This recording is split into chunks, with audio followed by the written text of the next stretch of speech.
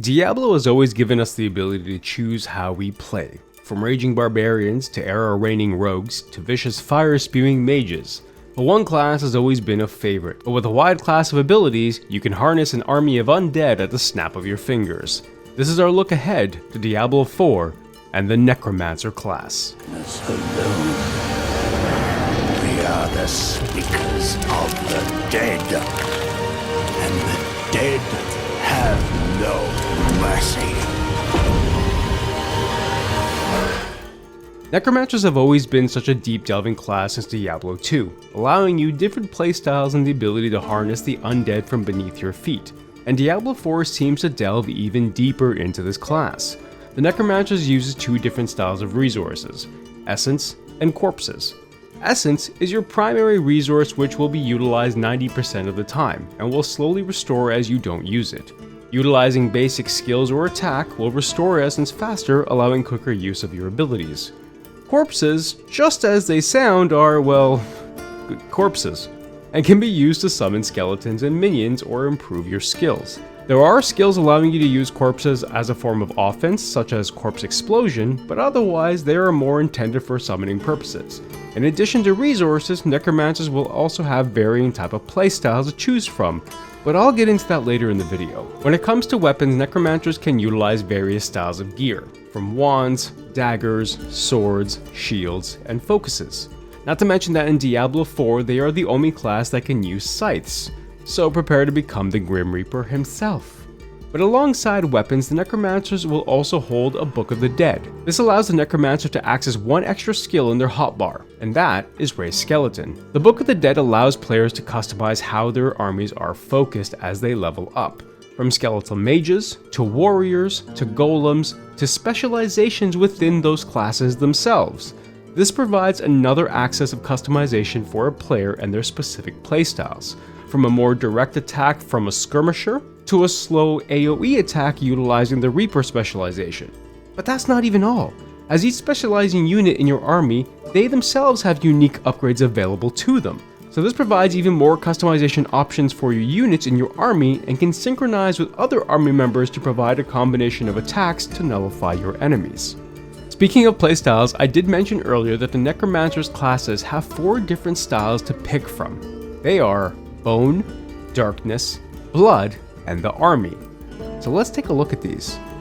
Bone skills are more heavily focused on the physical aspect of damage, and utilizes a lot of essence with high critical chances. One of those skills announced is Bone Spirits, that utilizes your entire essence to throw a bone towards the closest enemy it explodes on impact. The more essence used, the more damaging the explosion. So later on in your build, you can upgrade your skill to lower the cooldown based on the critical hits, thus allowing you to perform the skill more frequently and getting higher critical hit chances and more damage. A second skill which was announced is Bone Prison, which allows the player to make a prison of bones and negating enemies from moving within it. This skill can be used to block off corridors, stop hordes from attacking for a period of time, and or be used in conjunction with another skill to take advantage of the frozen enemies.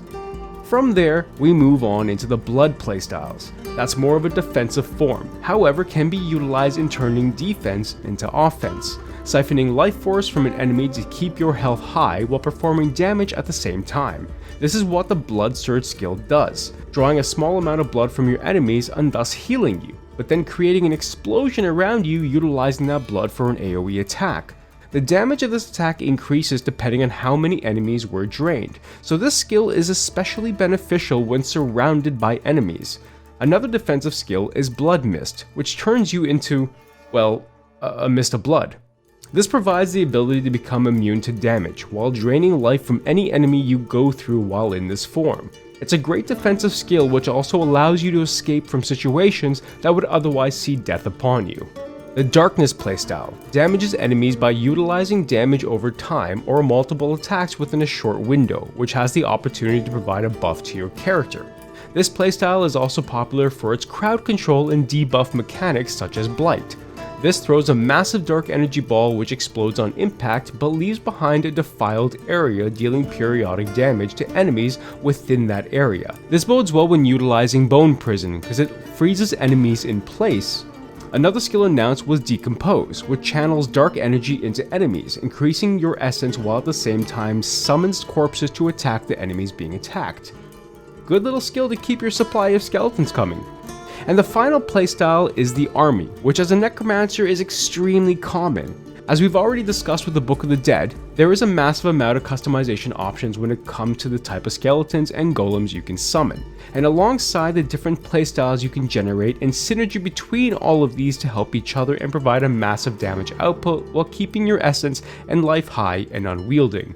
From summoning a spew of skeletons to a raging golem, regardless of the style, we know Necromancers alike will keep their armies strong and in abundance.